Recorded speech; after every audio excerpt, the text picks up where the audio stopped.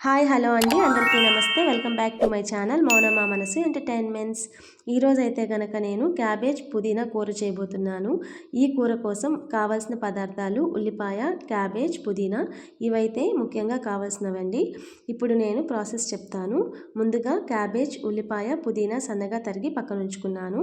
ఆ తర్వాత క్యాబేజ్ని 1-2 సార్లు శుభ్రంగా కడిగి ఇలా ఒక పాత్రలో వేసి తగినన్ని నీళ్లు పోసి బాగా ఉడికించుకుంటున్నాను. ఈ విధంగా క్యాబేజ్ ఉడికితే సరిపోతుంది.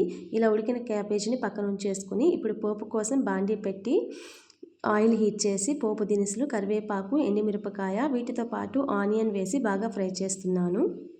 ఆనియన్ అనేది గోల్డెన్ బ్రౌన్ కలర్లోకి వచ్చే వరకు బాగా ఫ్రై చేశానండి. ఇలా ఫ్రై అయిన తర్వాత ఇందులోకి టమోటా కూడా యాడ్ చేసి టమోటాని కూడా బాగా మగ్గించుకోవాలి.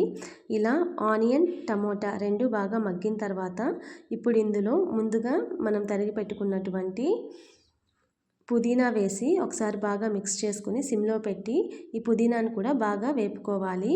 ఇవన్నీ ఎంత బాగా మగ్గితే కూర అంత రుచిగా ఉంటుందండి. ఇవన్నీ మగ్గిన తర్వాత ఇందులో కొద్దిగా ఉప్పు, కొద్దిగా పసుపు వేసి మిక్స్ చేస్తున్నాను.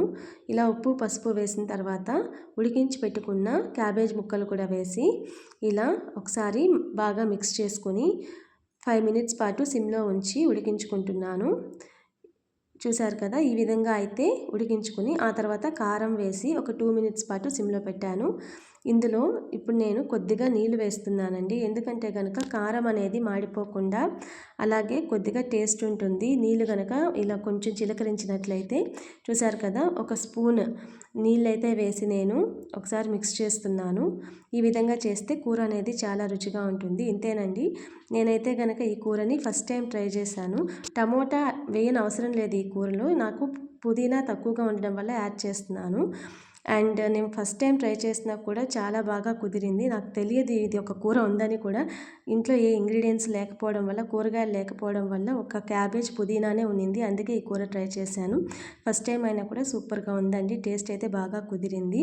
నేను గార్నిషింగ్ కోసం గరం మసాలా వేద్దాం అనుకొని కూడా వద్దు, ఇంకేమీ ట్రై చేయొద్దు అనుకొని దింపేస్తున్నాను. మీకు కావాలంటే గరం మసాలా యాడ్ చేసుకొని ట్రై చేయండి.